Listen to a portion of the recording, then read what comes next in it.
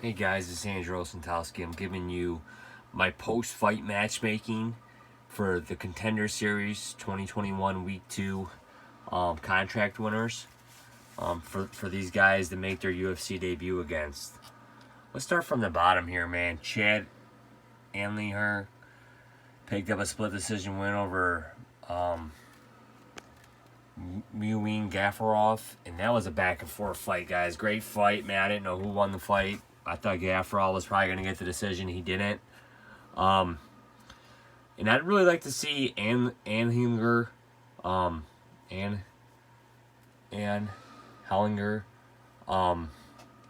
at bantamweight. Bantamweight's a tough division right now. It's a very stacked division, and I don't think he's gonna really have an easy run in the UFC. Really don't know if he's ready for the UFC, but hey, you know what? I can't blame Dana White for giving him a shot, trying him out. But I'd like to see Chad Anheliger against Newson, who's coming off a loss to Randy Costa last September. Hasn't fought in a while, but there's not really too many opponents that you can really match him up against and kind of ease him in, man. Bantamweight is stacked. So, Chad Anheliger against Newson. Next up, I can't wait for this guy to make his UFC debut. CJ Vergara, and I think a perfect matchup with him in men's flyweight would be to see him go up against Malcolm Gordon. I don't see Malcolm Gordon having any success in the UFC, and I think CJ Vergara could really make a highlight reel finish out of Malcolm Gordon. So I'd love to see that fight. I think that'd be the perfect setup fight for the UFC.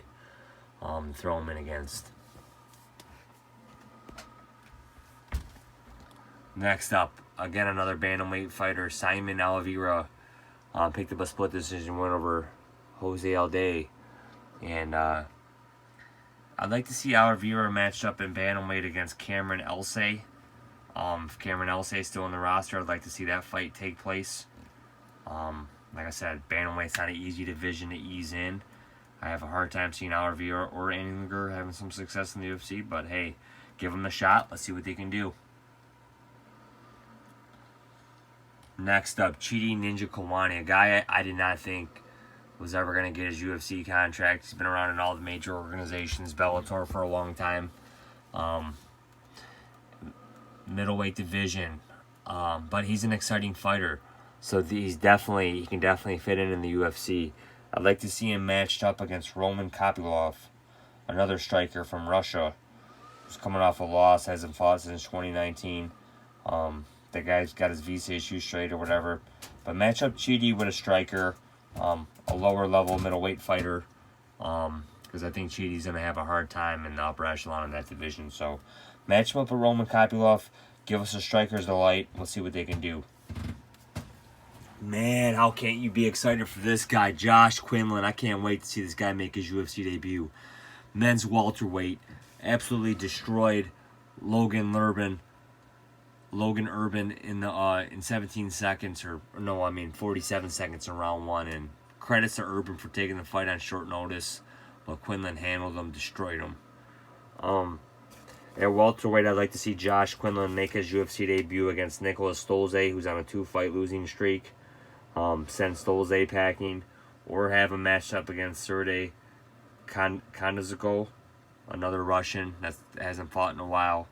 But match him up with somebody like that, don't rush him.